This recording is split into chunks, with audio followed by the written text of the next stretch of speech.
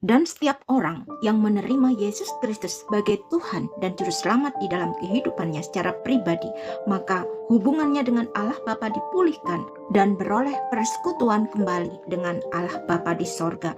Sehingga dengan penuh keberanian kita dapat masuk ke dalam hadirat Allah melalui doa, puji-pujian, dan penyembahan kita di dalam nama Tuhan Yesus Kristus.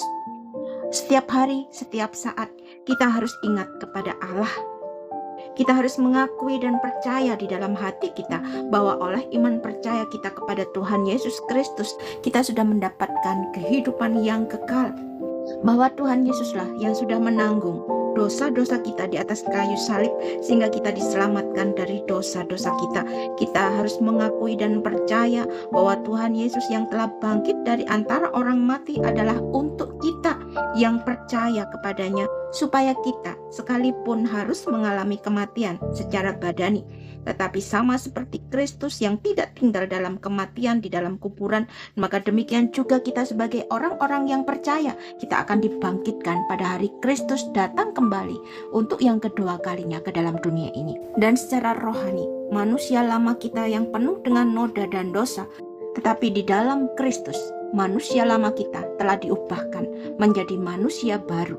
Dan secara otomatis, iblis telah kehilangan haknya, telah kehilangan otoritasnya atas kita. Iblis sudah tidak berani lagi menjamah orang-orang yang percaya di dalam Kristus, yang hidupnya di dalam pertobatan setiap hari. Karena ada perlindungan sepenuh dari Tuhan Allah kita.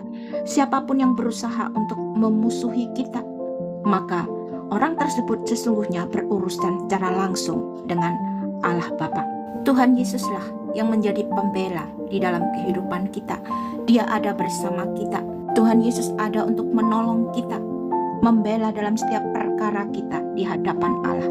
Sebagaimana Daniel yang berada di dalam gua singa, tetapi singa-singa itu mengatupkan mulutnya terhadap Daniel, karena Daniel adalah milik kepunyaan Allah sendiri, dan roh Allah berdiam di dalam diri Daniel, dan Tuhan Allah melihat Daniel tidak bersalah di hadapannya. Tetapi ketika orang-orang yang memfitnah Daniel itu dilemparkan ke dalam gua singa beserta anak-anak dan istri-istri mereka, belum lagi mereka sampai di dasar gua singa itu, singa-singa itu telah menerkam mereka, bahkan meremukkan tulang-tulang mereka. Sebab Allah yang disembah oleh Daniel adalah Allah yang sama yang kita sembah, bahwa Dia adalah Allah yang hidup, Dia adalah Allah yang berkuasa, Allah yang kekal untuk selama-lamanya. Pemerintahannya tidak akan binasa dan kekuasaannya tidak akan berakhir.